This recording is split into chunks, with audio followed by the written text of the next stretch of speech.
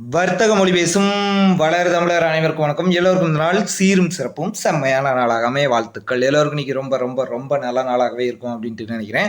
இன்னைக்கு இந்த வீடியோவில் நம்ம எதை பற்றி பேச போகிறோம் அப்படின்ட்டு பார்த்தீங்கன்னா, நிஃப்டி பேங்க் நிஃப்டி பற்றி அப்புறம் பேசிக்குவோம். ஃபஸ்ட்டு ஃபின் நிஃப்டியை பற்றி பேசுவோம் அப்படின்ட்டு எனக்கு தோணுச்சு. ஏன்னா ஃபின் நிஃப்டி நம்ம எக்ஸ்பெக்ட் பண்ணது போலவே ஒரு ஸ்ட்ராங்கான ஒரு சைடுவேஸ் கொடுத்துட்டு மார்க்கெட் முடிஞ்சிருக்கு. ஆப்ஷன் பையர்ஸுக்கு ரொம்ப மோசமான ஒரு நாளாக தான் இருக்கும். நான் யாரை சொல்கிறேன் அப்படின்னு கேட்டிங்கன்னா, ஒரு ஆப்ஷனை கால் ஆப்ஷனோ புட் ஆப்ஷனோ ஹோல்டு பண்ணி அந்த ஹோல்டிங்கில் நிறைய பணம் சம்பாதிக்கலாம் அப்படின்ட்டு முழு பணத்தையும் இன்வெஸ்ட் பண்ணிட்டு சரிங்களா, ஹோல்டிங் மட்டும் பண்ணுவாங்க. அவங்களுக்கு பெரிய லாஸாக இருக்கும். ஏன்னா இது ஃபுல்லாக ஆப்ஷன் செல்லர்ஸோடைய மார்க்கெட்டாக இருந்திருக்கு.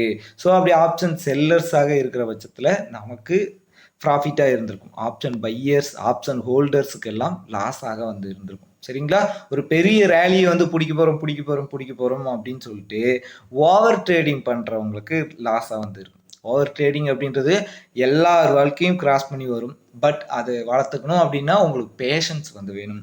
இம்பேஷண்ட்டாக நீங்கள் இருக்கீங்க, ஒரு இடத்துல நிலையா இருக்க முடியாமல் ஒரு ட்ரேடு என்ட்ரி எடுத்துட்டா ரொம்ப உணர்ச்சி பூர்வமாக வேலையில் கான்சென்ட்ரேட் பண்ண முடியாமல் வேறு எந்த வேலைகளும் செய்ய முடியாமல் இருக்கீங்க அப்படின்னா அந்த மனப்பக்குவம் கொண்டுட்டு வரணும். அது எல்லாருக்கும் ஆரம்ப காலகட்டத்தில் இருக்க வேண்டிய ஒரு விஷயம்தான்.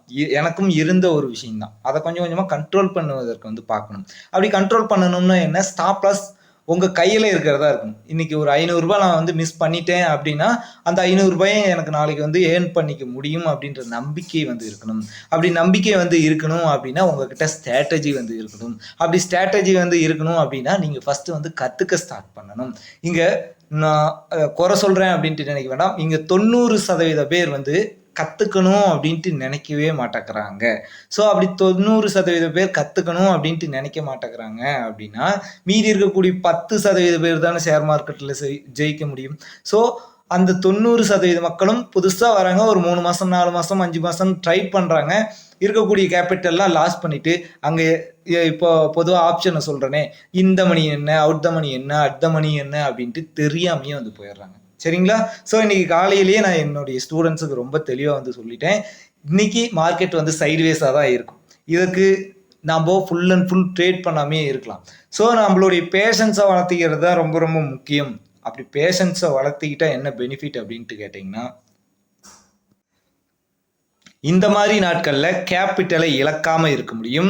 ப்ளஸ் ஒரு நல்ல ரேலி எடுக்கக்கூடிய நாட்களில் அடுத்தடுத்து டார்கெட் வரப்போ வெயிட் பண்ணி ஒரு நல்ல ரேலியை நம்மளால் பிடிக்க முடியும். ஸோ அதனால் முடிஞ்ச அளவுக்கு பேஷன்ஸை வளர்த்திக்கிங்க. ஏதாவது படிக்கணும் அப்படின்னா, கற்றுக்கணும் அப்படின்னா நீங்கள் ஒரு கோர்ஸ் எடுத்து தான் படிக்கணும் அப்படின்ட்டு நான் சொல்லலை. நல்லா படிக்கணும் அப்படின்ட்டு நீங்கள் நினச்சிங்க, பேசிக்ஸ்லாம் கற்றுக்கணும் அப்படின்னா நீங்கள் எந்த வித கோர்ஸுமே எடுத்துக்க தேவையில்லை. யூடியூப்லேயே நிறைய விஷயங்கள் இருக்குது, தேடி கற்றுக்குங்க. ஹிந்தியில் கற்றுக்குங்க, இங்கிலீஷில் கற்றுக்குங்க. ஒன்றும் சார்ட்டுக்கு அப்படின்றது மொழி அப்படின்றதெல்லாம் எதுவும் கிடையாது. என்ன லைன் ட்ராப் பண்ணுவாங்க, ஓகே இந்த லைனை ட்ராப் பண்ணி அவங்களும் மேக்ஸிமம் இங்கிலீஷில் தான் சொல்லுவாங்க. நம்ம என்ன சொல்கிறோம், இதை ரெசிஸ்டன்ஸ்ன்னு சொல்கிறோம், பிரேக் அவுட்டு ரீடெஸ்ட் அப்படின்ட்டு சொல்கிறோம். ஸோ அந்த மாதிரி அவங்களோட மொழியில் சொல்லுவாங்க, அதை வச்சு நம்ம கொஞ்சம் கொஞ்சமாக கற்றுக்கலாம்.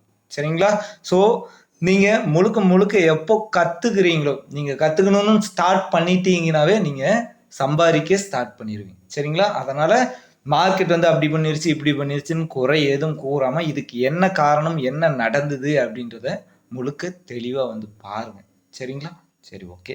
இப்போ ஃபின் நிஃப்டியில் என்ன சொல்லியிருந்தோம் அப்படின்னு பார்த்தீங்கன்னா, 20,550 அப்படின்ற லெவலுக்கு பிலோவா ஒரு 30 நிமிஷம் மார்க்கெட் சஸ்டைன் பண்ணாங்க அப்படின்ற பட்சத்தில் மார்க்கெட் டவுன் சைடு வருவதற்கு வாய்ப்புகள் இருக்குது அப்படின்ட்டு சொல்லியிருந்தோம்.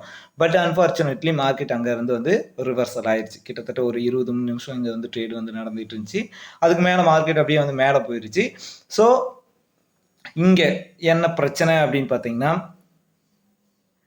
இது ஒரு ஸ்ட்ராங்கான வால்யூம் இருக்கக்கூடிய கேண்டில். இந்த கேண்டில் எங்கே ஆக்ட் ஆகுது, நான் என்ன சொல்லியிருந்தேன், 20,550 அப்படின்றது ஒரு லெவல் அப்படின்ட்டு சொல்லியிருந்தேன். இதை பார்த்தோன்னே எல்லாருக்கும் என்ன தோணிருக்கும், ஓகே நம்ம ஒரு புட் ஆப்ஷன் சைட் போகலாம். என்னதான் நம்ம படிச்சிருந்தாலும், என்னதான் நம்ம நிறைய ப்ரிடிக்ஷன் பார்த்துருந்தாலும், என்னதான் பர்ஃபெக்டாக ஒரு லெவலையே கொடுத்துருந்தாலும், இந்த மாதிரி பெரிய கேண்டில் பார்த்தோன்னே நம்ம மைண்டுக்கு அந்த விஷயம் தோணும். அது தோணும். சரிங்களா, புட் ஆப்ஷன் பை பண்ணிக்கலாம், நல்ல ஒரு கேண்டில் விழுந்திருக்கு, ஸோ இங்கேருந்து நல்ல ஒரு ரேலி எடுக்கும் அப்படின்ட்டு தோணிருக்கும். பட் அன்ஃபார்ச்சுனேட்லி நீங்கள் அதிகபட்சமாக இந்த கேண்டிலோடைய ஹையவே ஸ்டாப் லாஸாக வச்சிங்கனாலும் அந்த கேண்டிலோடைய ஹையை மார்க்கெட் வந்து ஹிட் பண்ணிருச்சு. சரிங்களா? ஸோ அப்போது ஆப்ஷன் பையர்ஸ் அப்படின்றவங்க இங்கே தோற்கடிக்கப்படுறாங்க அப்படின்ட்டு எடுத்துக்கும். அடுத்து மார்க்கெட் கண்டினியூவாக வந்து க்ரீன் கேண்டில்ஸ் வந்து கொடுத்துட்ருக்கு. ஸோ ஓகே, ஒரு கால் ஆப்ஷன் போகலாம் அப்படின்ட்டு நீங்கள் என்ட்ரி எடுத்தீங்க அப்படின்னாலும் உங்களுடைய ஸ்டாப் லாஸை மறுபடியும் மார்க்கெட் வந்து ஹிட் பண்ணியிருக்கும். ஸோ இன்னைக்கு பொறுத்த வரைக்கும் மார்க்கெட் அப்படின்றது பின் நிஃப்டி நம்ம ஆப்ஷன் பையர்ஸுக்கு சுத்தமாக வந்து உதவலை. சரிங்களா?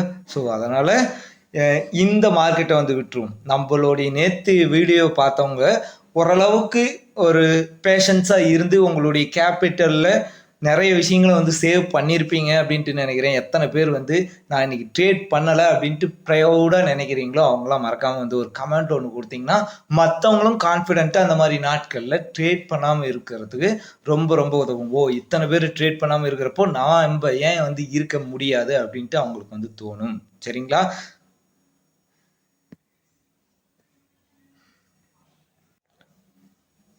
அடுத்து நிஃப்டியில் நாளைக்கு எப்படி வந்து ட்ரேட் பண்ணலாம், இதெல்லாம் ரொம்ப இம்பார்ட்டண்ட்டான லெவலாக இருக்கும் அப்படின்ட்டு பார்த்தீங்கன்னா, நாளைக்கு மார்க்கெட்டை பொறுத்த வரைக்கும் எப்படி வந்து இருப்பதற்கு வந்து வாய்ப்புகள் இருக்குது அப்படின்னு பார்த்தீங்கன்னா, நாளைக்கு ஒரு மேஜரான சப்போர்ட்டாக நம்ம வந்து பார்க்கக்கூடியது 22,080ங்க. ஸோ ஒரு மேஜரான ரெசிஸ்டன்ஸாக நம்ம பார்க்க போகிறது 22,200. இன்றைக்கும் அந்த 22,080 அப்படின்றது நமக்கு வந்து பிரேக் டவுன் பண்ணலை. இங்கேருந்து மார்க்கெட் அப்படியே கொஞ்சம் கொஞ்சமாக ரிவர்சல் ஆகி ஒரு ஸ்விங்கை கொடுத்து ரொம்ப ஒலட்டைலாக வந்து நடந்துக்குச்சு. ஸோ நாளைக்கு எப்படி வந்து இருக்கலாம் அப்படின்ட்டு பார்த்தீங்கன்னா, இன்கேஸ் நல்ல ஒரு கேப்பை பார்க்க ஓப்பன் ஆகுறாங்க அப்படின்றப்போ 22,300 அப்படின்ற புள்ளி வரைக்கும் நான் வந்து வெயிட் பண்ண போகிறேன். 22,300 அப்படின்ற புள்ளியில் ஒரு ஸ்ட்ராங்கான ரிஜெக்ஷனோ அல்லது நல்ல ஸ்ட்ராங்கான பிரேக் அவுட்டோ நடக்குது அப்படின்ற பட்சத்தில் நான் வந்து கால் ஆப்ஷனும், ரிஜெக்ஷன் நடக்குது அப்படின்றப்போ நான் வந்து புட் ஆப்ஷன் சைடும் போய் போகிறேன்.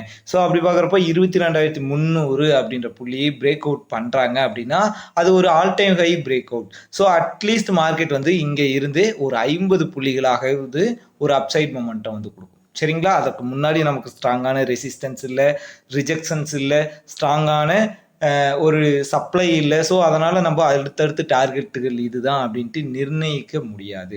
இன்கேஸ் 22,300 அப்படின்ற புள்ளியை ரிஜெக்ஷன் பண்ணுறாங்க அப்படின்னு வைங்களேன், இது ஒரு ஸ்ட்ராங்கான ரெசிஸ்டன்ஸில் மார்க்கெட் வந்து ரிஜெக்ஷன்ஸ் வந்து கொடுக்குறாங்க அப்படின்ற பட்சத்தில் ஃபர்தராக 22,240 அப்படின்றது ஃபர்ஸ்ட் டார்கெட், 220 அப்படின்றது ரெண்டாவது டார்கெட், 180 22,180 அப்படின்றது மூணாவது டார்கெட், 140 அப்படின்றது நான்காவது டார்கெட்டாக இருக்கும். சரிங்களா? ஸோ ஒரு மேஜரான ரிஜெக்ஷன் மார்க்கெட் வந்து கொடுக்குது அப்படின்னா ஒரு நல்ல மொமெண்டம் இருப்பதற்கு வந்து வாய்ப்புகள் அதிகமாக இருக்கு. மார்க்கெட் வந்து ஒரு கேப்பை பார்க்க ஓப்பனிங் வந்து கொடுக்குறாங்க அப்படின்றப்போ இந்த ஸ்ட்ராட்டஜியை நம்ம வந்து பயன்படுத்திக்கலாம். இன்கேஸ் மார்க்கெட் வந்து ஒரு ஃப்ளாட்டான ஓப்பனிங் தான் வந்து கொடுக்குறாங்க அப்படின்றப்போ நான் இன்றைய டே லோவிலிருந்து ஒரு ட்ரெண்ட் லைன் வந்து ட்ராப் பண்ணுறாங்க. ஸோ இந்த ட்ரெண்ட் லைனை மார்க்கெட் வந்து ரீச் பண்ணுறாங்க. ஒரு ஃப்ளாட்டாகவோ அல்லது கேப் டவுனாகவோ ஓப்பன் ஆகுது அப்படின்றப்போ இந்த ட்ரெண்ட் லைனை மார்க்கெட் வந்து ரீச் பண்ணி எப்போ பிரேக் டவுன் பண்ணுறாங்களோ அப்போ ஃபர்தராக டவுன் வருவதற்கு வந்து வாய்ப்புகள் இருக்குது. ஸோ 22,140 அப்படின்ற புள்ளியை பிரேக் டவுன் பண்ணுறாங்க அப்படின்னா 22,100 அப்படின்றது ஃபர்ஸ்ட் டார்கெட்டாக இருக்கும். 22,080 அப்படின்றது ரெண்டாவது டார்கெட்டாக இருக்கும். 22,080 எப்போ வந்து பிரேக் டவுன் பண்ணுறாங்களோ அப்போ தான் ஃபர்தராக டவுன் மூவ் வருவதற்கு வந்து வாய்ப்புகள் இருக்குது. இது ரொம்ப ஸ்ட்ராங்கான சப்போர்ட் அப்படின்றத மறந்துட வேணாம். சரிங்களா? இந்த ட்ரெண்ட் லைனை மார்க்கெட் வந்து பிரேக் டவுன் பண்ணணும். இந்த ட்ரெண்ட் லைனை ப்ரீவியஸாக என்ன நடந்திருக்கு, இங்கேருந்து ஒரு அப் மூவ், இங்கேருந்து ஒரு ஸ்ட்ராங்கான அப் மூவ் வந்து கொடுத்துருக்காங்க. ஸோ எகைன் இங்கேருந்து ரிவர்சல் நடப்பதற்கு ஏதாவது பேட்டர்ன் உருவாகுச்சுன்னா கால் ஆப்ஷன் போகலாம். இந்த லெவலில் பிரேக் டவுன் பண்ணிச்சு அப்படின்னா ஒரு புட் ஆப்ஷன் வருவதற்கு வாய்ப்புகள் ரொம்ப ரொம்ப அதிகமாகவே வந்து இருக்கு. அடுத்து நம்ம பேச போகிற இன்டெக்ஸ் பேங்க் நிஃப்டி தான்.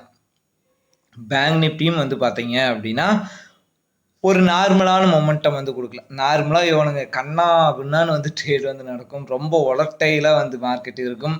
ரொம்ப ஸ்ட்ராங்கான ஒரு ரேலி வந்து இருக்கும். சும்மா நிஃப்டி ஒரு 10 அடி பாய்ஞ்சா இவங்க ஒரு 100 அடி பாய்வாங்க. பட் இன்னைக்கு அப்படி எந்த வித மொமெண்டமும் வந்து கிடைக்கல. சரிங்களா? பேங்க் நிஃப்டி ஒரு சைட்வேஸ் ஆகவே தான் இன்னமும் வந்து இருந்துகிட்டு. சரிங்களா? ஸோ இவங்க ரொம்ப மோசமாக வந்து ப்ளே பண்ணுவாங்க அப்படின்ட்டு வந்து நினச்சோம்.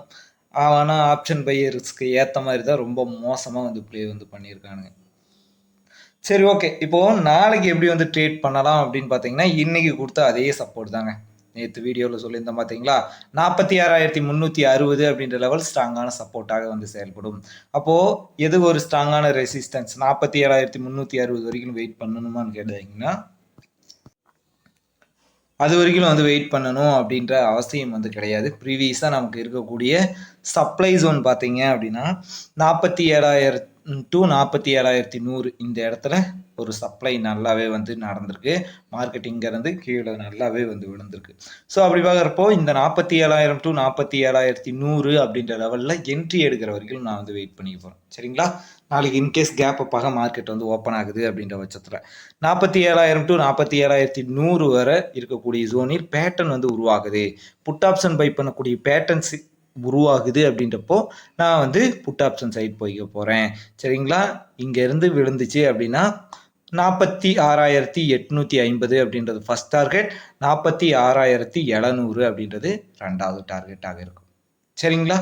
எப்போ இந்த 47,100க்கு மேலே மார்க்கெட் வந்து சஸ்டைன் பண்ணுறாங்களோ அப்போ ஃபர்தராக அப் மூவ் வந்து போய்க்கலாம். சரிங்களா? 47,100 அப்படின்ற புள்ளிக்கு மேலே மார்க்கெட் சஸ்டைன் பண்ணுறாங்க அப்படின்னா 47,230 ஃபர்ஸ்ட் டார்கெட், 47,360 ரெண்டாவது டார்கெட். 47,360 ஒரு ஸ்ட்ராங்கான ரெசிஸ்டன்ஸ். இந்த ரெசிஸ்டன்ஸை பற்றி நேற்று நம்மளுடைய வீடியோவில் வந்து பேசியிருக்கோம். ஸோ இந்த ரெசிஸ்டன்ஸை மார்க்கெட் பிரேக் அவுட் பண்ணிச்சுன்னா தான் ஃபர்தராக அப் மூவ் போகும். எப்போ 46,360 நேற்று சொன்ன அதே சப்போர்ட்டில் இன்றைக்கி மார்க்கெட் சப்போர்ட் எடுத்துகிட்டு ரிவர்சல் வந்து எடுத்திருக்காங்க. இந்த சப்போர்ட்டை எப்போ வந்து பிரேக் டவுன் பண்ணுறாங்களோ அப்போ தான் ஃபர்தராக நம்ம வந்து டவுன் சைட் போக போகிறோம். 46,360 46,200 46,000 அப்படின்றது டார்கெட்டாக இருக்கும். சரிங்களா? இதில் நீங்கள் ஒன்று மட்டும் வந்து புரிஞ்சுக்கணும். இப்போ நான் சொன்ன விஷயத்தில் என்ன அப்படின்னு கேட்டிங்கன்னா, நான் இந்த பிட்வீன் கேப்பில் எந்தவித என்ட்ரிஸும் வந்து எடுக்க போகிறதே வந்து கிடையாது. சரிங்களா? இந்த ஜோன் அப்படின்றது ரொம்ப மோசமாக ப்ளே வந்து பண்ணிகிட்டு இருக்கானுங்க. ஆப்ஷன் பையருக்கு ஏற்ற மாதிரி ஒரு ஜோன் வர வரைக்கும் வெயிட் பண்ணி என்ட்ரி தான் வந்து எடுத்தாகணும். ஆப்ஷன் பையருக்கு தேவை பொறுமை, நிதானம், பொறுமை தான். சரிங்களா? எப்பவும் ரொம்ப பொறுமையாக இருக்கணும், நிதானமாக இருக்கணும், கவனமாக இருக்கணும். இப்படி இருந்தால் மட்டும்தான் உங்களால் இந்த மார்க்கெட்டில் ரொம்ப அதிக நாள் நிலச்சி நிற்க முடியும். அப்படி நிலச்சி நிற்கணும் அப்படின்ட்டு நீங்கள் விருப்பப்பட்டீங்கன்னா நிறைய கற்றுக்க ஸ்டார்ட் பண்ணுங்கள். வலியது வாழும். நன்றி.